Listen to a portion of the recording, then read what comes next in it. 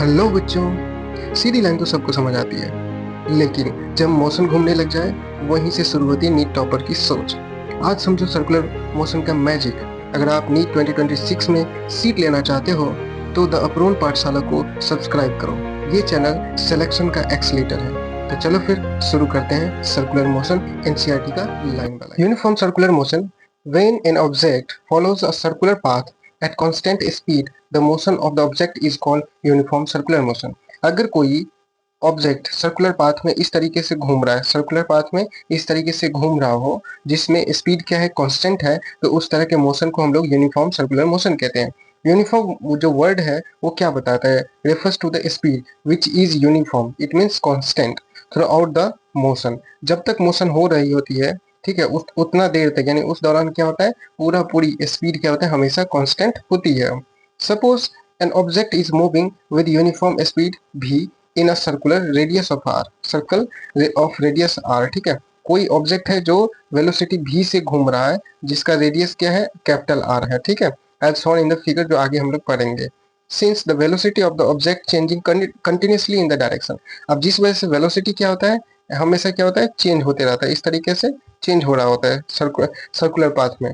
अब उसके बाद देखो, इन direction the object undergoes acceleration. अब इस वजह से क्या होता है, जब एक्सलेशन में चेंजेस आता है तो क्या कॉज कर लेता है, एक्सलेशन, ठीक है। Let us find the magnitude and direction of this acceleration. अब इस तरह के एक्सलेशन को हम लोग कैसे डायरेक्शन और मैग्नीट्यूड निकालेंगे वो ध्यान से देखो। सबसे पहले इस इमेज को समझते हैं। यहाँ पे ये मान लो कोई सर्कुलर मोशन है, इस तरीके से घूम रहा है, ठीक है, इस तरीके से घूम रहा है, ये सेंटर है और यहाँ से रेडियस इसका सपोज करो आर है। तो मान लो कोई एक है इस तरीके से, तो जिसका दिया हुआ है आपको आर, ये पी पॉइंट पे है अभी, जब ये घूम करके यहाँ पे आया तो पी नोट पॉइंट पे आया, ठीक। तो ये एक एंगल घूमा जिसको थीटा से कहा गया, ठीक है, डिनोट किया गया थीटा से, और इस डायरेक्शन में जो है वो वेलोसिटी है ना। और फिर जब यहाँ पे आके अभी रुका हुआ है, ठीक है, तो पी नोट पे रुका हुआ है, इसका डायरेक्शन क्या है, वेलोसिटी वी नोट का, ये नया डायरेक्शन बना, एक बार इस डायरेक्शन में था, दूसरी बार इस डायरेक्शन में, है ना। तो ये आर नॉट है। अब इन दोनों के बीच के डिस्टेंस को क्या कहा गया, आर नॉट कहा गया। अब इसी इमेज को यहाँ पे शॉर्ट में दिखाया गया है जो वेलोसिटी के फॉर्म में है, वी नॉट वी, ठीक है, एच और आई, और इन दोनों के बीच का जो गैप है वो क्या कहा गया, यानी चेंज इन वेलोसिटी। तो जो वेलोसिटी में चेंजेस आया उसको change in velocity, that means acceleration cause हो रही है। ठीक उसी तरह से यहाँ पे भी सेम चीज बताया गया है, यहाँ पे दिखाया गया, और ठीक उसी तरह से यहाँ पे सिंपली ये बताना क्या चाह रहा है कि जो चेंजिंग एक्सलेशन एवरी पॉइंट, यानी किसी भी पॉइंट पे जो एक्सलेशन चेंज हो रहा होता है डायरेक्शन उसका, तो वो अंडर गोज टू एक्सलेशन, ठीक है। वेलोसिटी का क्या होता है, जब डायरेक्शन बदल रही होती है तो क्या होता है, वो अंडर गो एक्सलेशन में जाता है, ठीक है। The velocity and acceleration of an object is uniform circular motion, ठीक है, ये क्या है, uniform circular motion. The time interval delta T decrease from A to C where it is zero, ठीक है, A to C. The acceleration is directed at each point of the path towards the center of the circle. अब देखो यहाँ पे हम लोग इसका explanation क्या है, फॉर्मूली क्या है निकलता है वो हम लोग जानते हैं। Let r r not be the position of the vector velocity, यानी वी वी नॉट, ठीक है, जो वेलोसिटी से डिनोट करते हैं, और पोजिशन को आर आर नॉट से दिखाते हैं।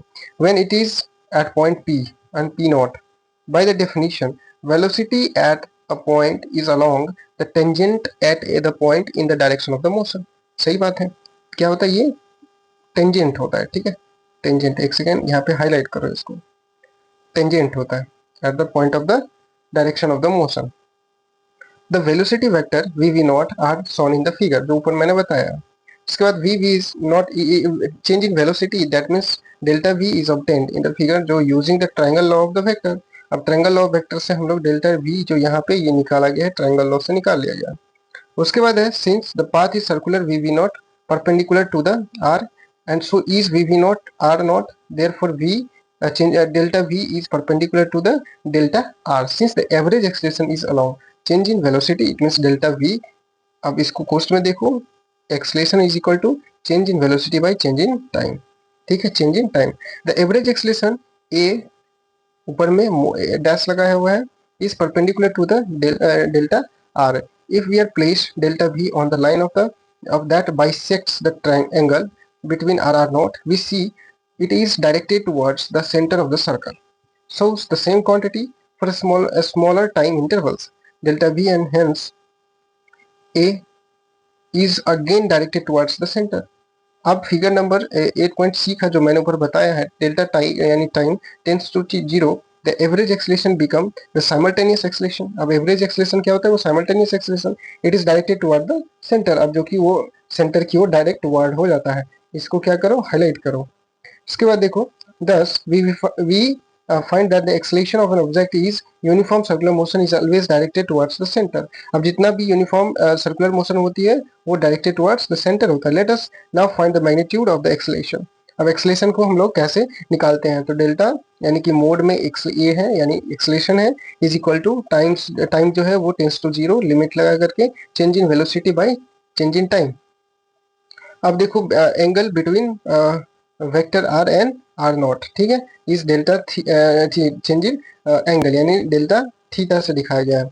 Since the velocity vector v naught are always perpendicular to the position vector, the angle between them is also delta r. Therefore, the triangle CPP naught formed by the position vector and the triangle GHI formed by the velocity vector v naught and delta v similar.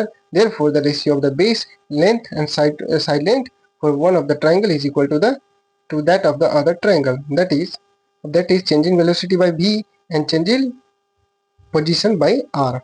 तो अब इसके बाद देखो, change in velocity is equal to cross multiply करके v into mod r delta change in r by capital r. अब दोनों तरफ limit लगा करके यानी कि एक्सेलेरेशन का वैल्यू कैसे निकालना है? तो v not delta v by delta t है. तो अब यहाँ पे डेल्टा v यानी v को निकाल लेते हैं, कैपिटल आर यानी ऊपर में delta small r by t. अब लिमिट लगा करके इतना वैल्यू आ रहा है. If delta t is small, delta t is also be small, then the pp naught can be approximated taken to be delta r. Mode के अंदर लेना है और delta r is equal to v into delta t. अब delta r by delta t is approximately v. आपको पता है delta r क्या है? पोजीशन. तो change in position is the acceleration होता है यानी चेंज इन डिस्प्लेसमेंट. अब उसमें लिमिट लगा करके जो आता है वो v आता है. Therefore, the centripetal acceleration that is ac, centripetal acceleration को क्या कहते हैं? AC से डिनोट करते हैं. In the limit t tends to 0, delta r become perpendicular to the r. In this limit delta v tends to 0 and constantly also perpendicular to v. Therefore the acceleration is directed towards the center. अब ये circular path में towards the center हो रहा है, ठीक है, तो towards the center. अब जब टुवर्ड्स द सेंटर होगा तो एक्सेलेरेशन क्या हो जाएगा? v by r into v, that means v square by r, v square by r. और ये फॉर्मूला आप लोगों के लिए बहुत ही जरूरी है सेंट्रीपिटल एक्सेलेरेशन के लिए.